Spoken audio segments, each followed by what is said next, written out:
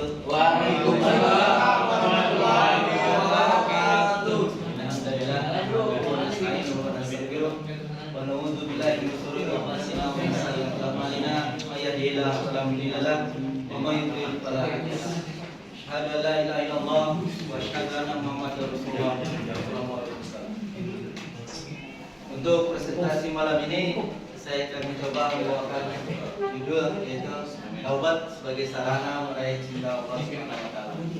Kenapa saya mencoba membawakan taubat ini? Karena taubat ini nggak mesti orang tua, nggak mesti umur sudah sekian kan. Yang masih muda juga perlu taubat karena masalah mati itu bukan nomor urut gitu.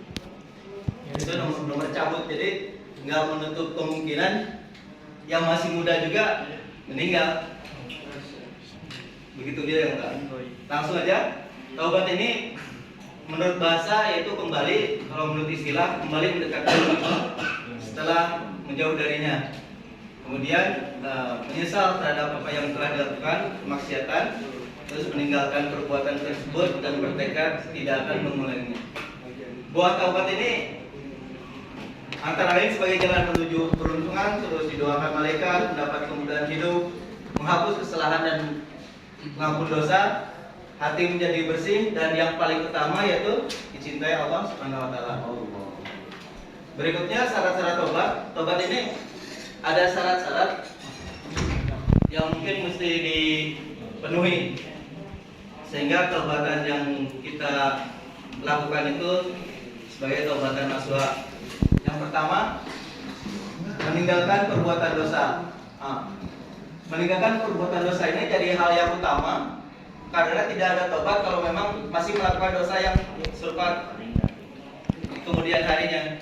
Jadi tobatnya itu udah nggak bernilai kalau masih melakukan mengulangi.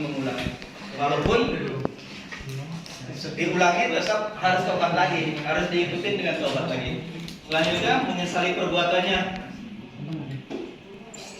Kita berbuat maksiat itu harus menyesal, jangan dibalik malah ada di lain pihak itu merasa bangga dengan kemaksiatan yang dilakukannya. Oh, saya sudah ini, saya sudah itu, saya itu. Terus bertekad tidak akan mengulanginya.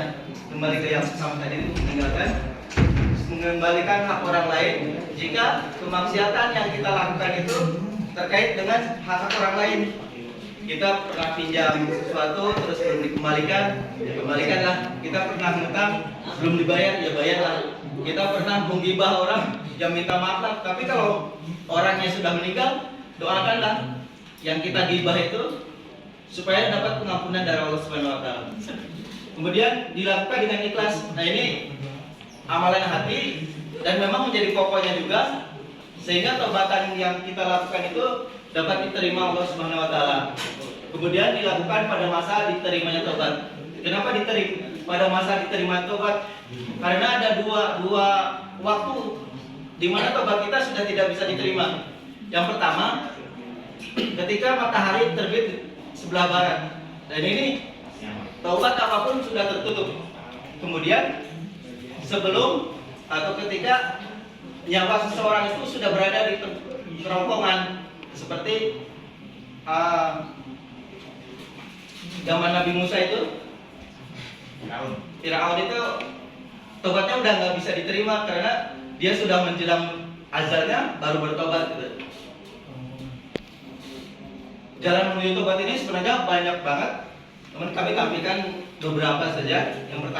Yang pertama mengetahui hakikat tobat, menyesali meninggalkan kemaksiatan dan tidak akan mengulanginya. Kemudian merasakan dosa yang dilakukan, membaca Al-Quran dan mentadaburinya, kemudian berdoa. Salah satunya Allahumma ghfirli wa tub alayya innaka antat tawwabur rahim. Kemudian mengingat mati yang datang tiba-tiba, tadi kami singgung di depan, tidak mengenal waktu, tidak mengenal usia dan tidak mengenal menunggu kita tobat atau tidak. Terus menghindar dari lingkungan yang buruk. Kita harus berhijrah. Seperti dalam riwayat hadis Bukhari itu, yang preman telah membunuh 99 orang hingga genap 100 orang, tapi dia hijrah, berniat bertobat untuk meninggalkan kemaksiatan itu dan menuju ke tempat yang orang-orang soleh itu. Nah, misalnya sangat masyhur sekali ini. Kemudian mengetahui keagungan Allah, ulama salaf itu menyampaikan, jangan kau melihat akan kecilnya maksiat, tapi lihatlah keagungan yang kau durhakai, itu Allah Subhanahu wa taala. Kemudian mempelajari ayat Al-Qur'an dan hadis yang menakuti orang-orang yang berdosa. Selanjutnya membaca kisah-kisah orang yang bertobat. Tanda tobat kita diterima, yang pertama meninggalkan hubungan dengan teman-teman yang jahat atau teman-teman yang buruk, dan bergaul dengan orang yang saleh. Kemudian menghentikan semua perbuatan maksiat dan beralih menjadi rajin mengerjakan ibadah. Kemudian mengesampingkan kesenangan dunia dan selalu teringat siksa akhirat. Selanjutnya tawakal dalam masalah rezeki, percaya dengan jaminan Allah dan bersungguh-sungguh taat kepada Allah. Dan ini jaminannya dengan pengampunan dari Allah Subhanahu wa taala kalau tobat kita diterima.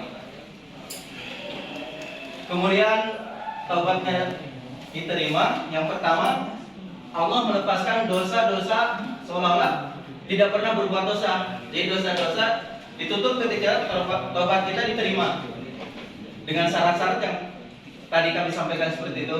Kemudian yang utama itu Allah mencintainya. Nah, inilah yang kita raih, inilah yang kita tuju bersama itu untuk meraih cinta Allah Subhanahu wa taala. Kemudian Allah memelihara dari godaan setan, dan godaan setan ini tidak akan berhenti hingga ajal menjemput kita. Waktu apapun, sedang apapun kita, godaan setan akan berlanjut. Terus Allah menjauhkan rasa takut dalam hatinya hingga dia meninggal dunia. Jadi sudah tidak ada rasa takut lagi kalau tobat kita benar-benar dan diterima Allah Subhanahu wa taala. Kisah yang tadi kami sampaikan disebutkan zaman dahulu itu preman itu telah membunuh 99 orang dan menghadap ke rahib pemuka agama, menyampaikan mau bertobat, tapi dia bilang tidak bisa, dan rahib itu dibunuh. Kemudian si preman itu sampai ke orang alim berikutnya dan menunjukkan untuk hijrah menjauhi pergaulannya sekarang, menjauhi tempatnya tinggal sekarang, menuju tempatnya orang-orang alim yang sedang beramal soleh. Tetapi di tengah perjalanan ajal menjemputnya. Kemudian turunlah dua malaikat, malaikat azab dan malaikat rahmat. Keduanya merasa sama-sama punya hak. Malaikat azab mempunyai hak karena beralasan si preman ini belum mempunyai amal baik sekecil apapun. Sementara malaikat rahmat mempunyai hak beralasan dia udah berniat untuk bertobat. Akhirnya turun malaikat berikutnya yang menyerupai manusia dan menjadi penengahnya. Lalu diukurlah jaraknya, kedekatannya ke tempat yang akan dia tuju untuk bertobat atau ke tempat asalnya. Kemudian alhamdulillah dekat ke tempat yang akan ditujunya untuk bertobat, dan orang tersebut mendapat taubatan nasuha. Kesimpulannya, taubat harus dilakukan segera, jangan ditunda-tunda, karena kita tidak tahu kematian atau ajal menjemput kita kapan, kita tidak tahu. Terus tidak ada dosa kecil kalau kita tumpuk terus. Nah, ini menjadi dosa besar juga. Dan juga tidak ada dosa besar kalau kita ikuti dengan taubat, dengan istighfar, dengan perbuatan amal baik, dengan meninggalkan perbuatan tersebut dan tidak akan mengulanginya. Selanjutnya, kalau kita menunda-nunda taubat, itu akan dinilai dosa karena kita menunda itu tersebut. Kemudian yang terakhir, penutup, kita sama-sama berdoa. Mudah-mudahan apa yang kita perbuat, apa yang kita pelajari menjadi berkah buat kita, dan kita dapat meraih cinta Allah Subhanahu wa taala dengan taubatan nasuha. Demikian bila taufiq wal hidayah. Assalamualaikum warahmatullahi wabarakatuh.